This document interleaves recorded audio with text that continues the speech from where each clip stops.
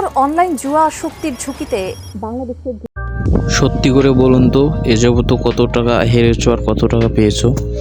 না থাক, জেতার প্রশ্ন আর নাই করি। এই প্রশ্নটা করা কোনো মানে আসে না, কারণ এই প্রশ্নটা করা একদম বৃথা। কারণ ভাই, অনলাইন বেটিংয়ে যদি তুমি লাভবান থাকতে তাহলে এই ভিডিওতে ক্লিক করতে না।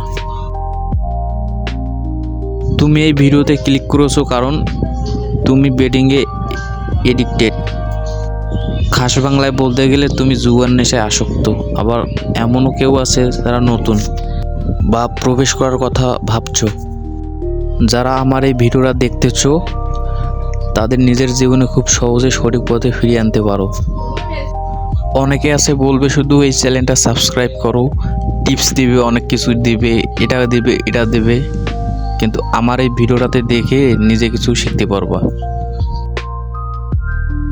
আজ শুধু বাস্তব জীবনের কিছু কথা তুলে ধরবো, যা খুব সহজে আপনার জীবনকে পাল্টাতে পারে। বর্তমান আমাদের দেশে 50 লাখের বেশি এই জুয়ায় আসক্ত।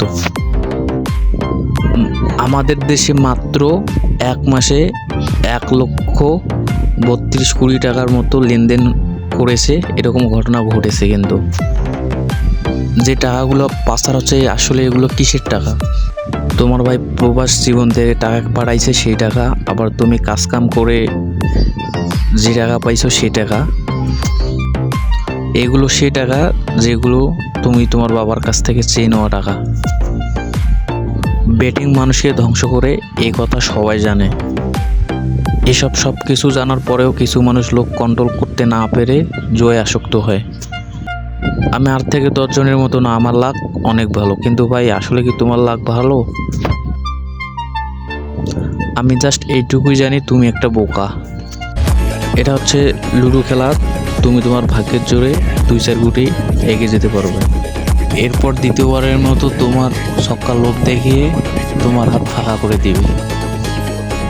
বাংলাদেশ টেলিকমিউনিকেশনস কোম্পানি তখন বোধহয় বয়স 46, অফিস সহকারী সহ 1,25,00,000 টাকার মতো ধার করেছিলেন। ভেবেছিলেন অনলাইনে বেটিং করে কয়েক গুণ টাকা বাড়িয়ে নিজে ভাগ্যবান হবেন। অনলাইনে জুয়ার ফাঁদে পড়ে নষ্ট করলেন সবগুলোই টাকা। মেজাজ বিঘ্ন ছিল তার, পরিবারের সাথে সবসময় ইগনোরভাবে কথা বলতো।